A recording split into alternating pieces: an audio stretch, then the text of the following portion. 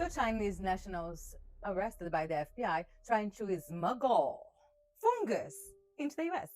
They were charged with conspiracy and smuggling a dangerous biological pathogen into the US for their work at the University of Michigan laboratory.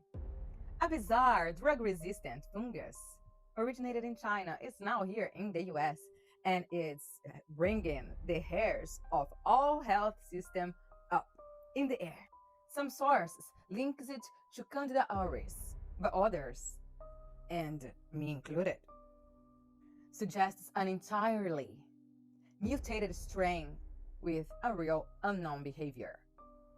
I know it's giving you something that starts with co and ends with vid and has the number 19 at the end vibes, but it is nothing like that. It is not. It is way, way, way worse. I wrote here some topics that I find really interesting about this fungus. So this fungus laughs at antifungal meds. It's completely drug resistant.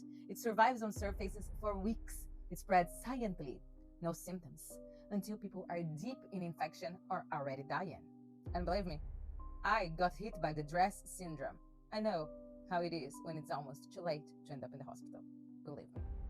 It is spreading really fast in the hospitals. Convenient, huh?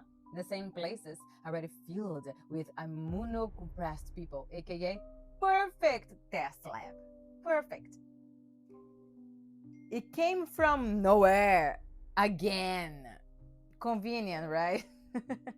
Nobody knows how it emerged. Well, kinda do now.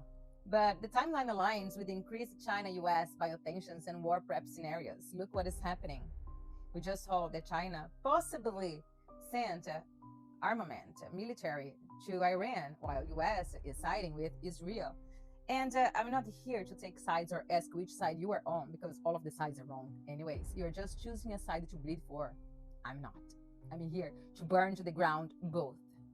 As usually, CDC and others are actually acting really sketchy. Sudden interest, vague warnings, then silence. Classic playbook. Hype, hide, use it later when panic windows get optimized. They love feeding our fear. They love it. And don't get me wrong, it wasn't necessary all that panic, but the disease was real. I got before the vaccines were even invented, were even made, and I got sick for 8 months. It was 2 months on a bed and 8 months without tasting or smelling anything. I thought I was gonna die in the third week having it. It was bad. So it's not because you never got that isn't real, and it's not because the medication to prevent it was a manipulated fake bullshit that it wasn't real either. And for you that thinks that this is just fear mongering, watch out. It is not. Michael, good morning. We're talking about a fungus which DOJ is calling a potential bioterror threat. Take a look at it under the microscope. This is Fusarium graminearum, and it causes billions of dollars in crop damage each year. A pathogen that rots wheat, barley, and rice, and if consumed by humans, can cause vomiting, liver damage, and birth defects. This morning, two researchers from China are accused of trying to smuggle it into the U.S. to take it to a lab at the University of Michigan. Authorities claim that in July of last year, they allegedly caught a scientist from China with the fungus hidden in a wad of tissues in his backpack at the Detroit airport.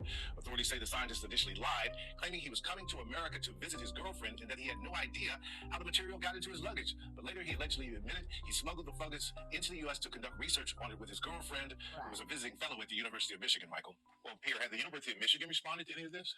Well, they're telling us that they're cooperating with the investigation and they condemned any activity that could harm the public or damage national security.